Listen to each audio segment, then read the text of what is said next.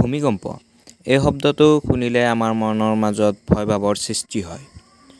ভূমিকম্প হোৱাৰ আগত আমি কি কৰা উচিত, হৈ থকাৰ সময়ত কি কৰা উচিত আৰু হৈ যোৱাৰ পিছত কি কৰা উচিত, এই বিষয়ে মই আজি এই ভিডিঅ'টোত আপোনালোকক কিছু কথা জনাবলৈ চেষ্টা কৰিম। এনেকুৱা ধৰণৰ ভিডিঅ' আগলৈ চাবৰ বাবে চেনেলটো ছাবস্ক্ৰাইব কৰক আৰু কাষত থকা বেল আইকনটো দবাই দিয়ক, যাতে ভিডিঅ' আপলোড কৰাৰ লগে লগে আপোনালোকে গম পায়। এতিয়া আহোঁ মূল বিষয়টোলৈ।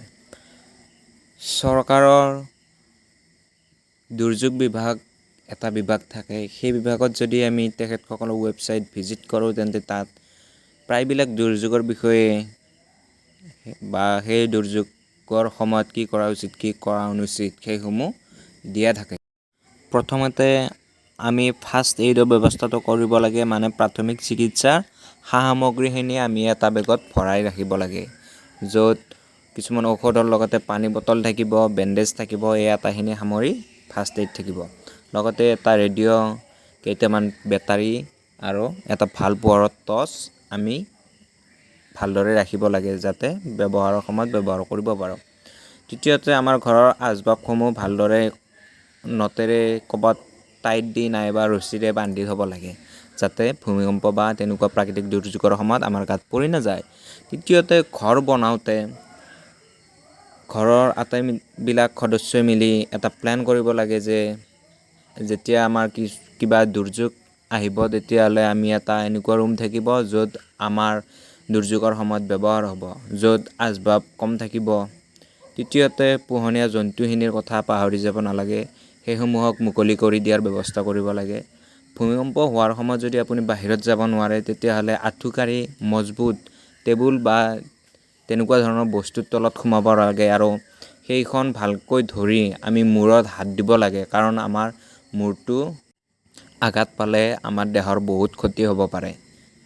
এনেকৈ আমি আমাৰ মূৰটো ছেভ কৰিব লাগে।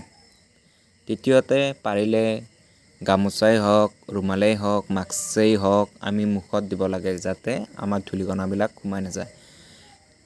লিফ্ট ব্যৱহাৰ নকৰিব, চিৰিলে তললৈ নামি আহিব। পাৰিলে মুকলি ঠাইলৈ যাব, নহ'লে ওখ অট্টালিকা বা তেনেকুৱা ধৰণৰ বস্তু আমাৰ গাত পৰি আমি আঘাত হ'ব পাৰোঁ, যাৰ ফলত বিস্তৰ ক্ষতি হ'ব পাৰে আমাৰ নিজৰ লগতে অইনসকলৰো। আৰু দৌৰা দৌৰিকৈ বাহিৰলৈ ওলাব নালাগে, নহ'লে ওপৰত থকা বস্তুখিনি যদি আমি ভালকৈ নথওঁ, তেতিয়াহ'লে সেইবিলাক আমাৰ গাত পৰি আমি তলত সোমাই যাব পাৰোঁ।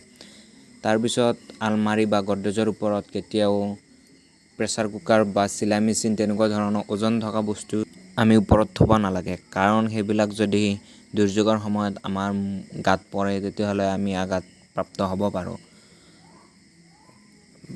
অকল প্ৰেছাৰ কুকাৰ বুলি নহয়, যিবিলাক বস্তু ওপৰত থ'লে আমাৰ গাত পৰিলে আমি আঘাত হ'ব পাৰোঁ, তেনেকুৱা বস্তু নথ'ব।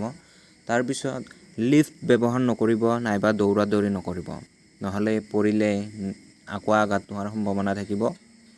সেইকাৰণে সাৱধানে থাকিব আৰু চিঞৰ বাখৰ বেছিকৈ কৰা অনুচিত দুৰ্যোগ হৈ থকাৰ সময়ত। তাৰপিছত লিফ্ট ব্যৱহাৰ নকৰিব, পাৰিলে ভাল বেৰৰ কাষত বহি ৰ'ব।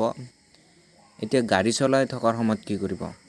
গাড়ী চলাই থাকিলে যদি ওচৰত এনেকুৱা ধৰণৰ শিল থকা পাহাৰ দেখে, তেন্তে তাৰ ওচৰত নাযাব, পাৰিলে আঁতৰত ৰখাব আৰু গাড়ীৰ ভিতৰতে থাকিব, নামি নিদিব, ভালদৰে ৰখাই ল'ব।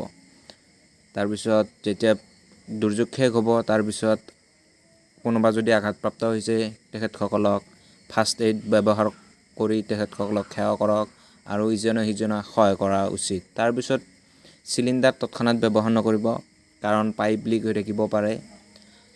বৈদ্যুতিক সা সৰঞ্জাম ব্যৱহাৰ নকৰিব, সেইবিলাকো লিক হোৱাৰ সম্ভাৱনা থাকিব পাৰে। দুৰ্যোগ হৈ যোৱাৰ পাছত আপোনালোকে আপোনালোকৰ গাড়ী বা যিকোনো বস্তুৱেই ভঙা দলং বা দুৰ্বল দলঙৰ ওপৰেৰে নিনিব, কাৰণ সেইবিলাক ভাঙি পৰাৰ যথেষ্ট সম্ভাৱনা থাকিব পাৰে। তাৰপিছত মমবাতি নজ্বলাব, যদি চিলিণ্ডাৰ লিক হৈ থাকে, তেতিয়াহ'লে মমবাতি জ্বলোৱাৰ লগে লগে বিপদ আহি যাব পাৰে। তৃতীয়তে ৰেডিঅ'টো ব্যৱহাৰ কৰিব পাৰে বা বাতৰিৰ কাৰণে খা খবৰৰ বাবে। তাৰপিছত টৰ্চটো ব্যৱহাৰ কৰিব পাৰে। ভিডিঅ'টো চোৱাৰ বাবে ধন্যবাদ।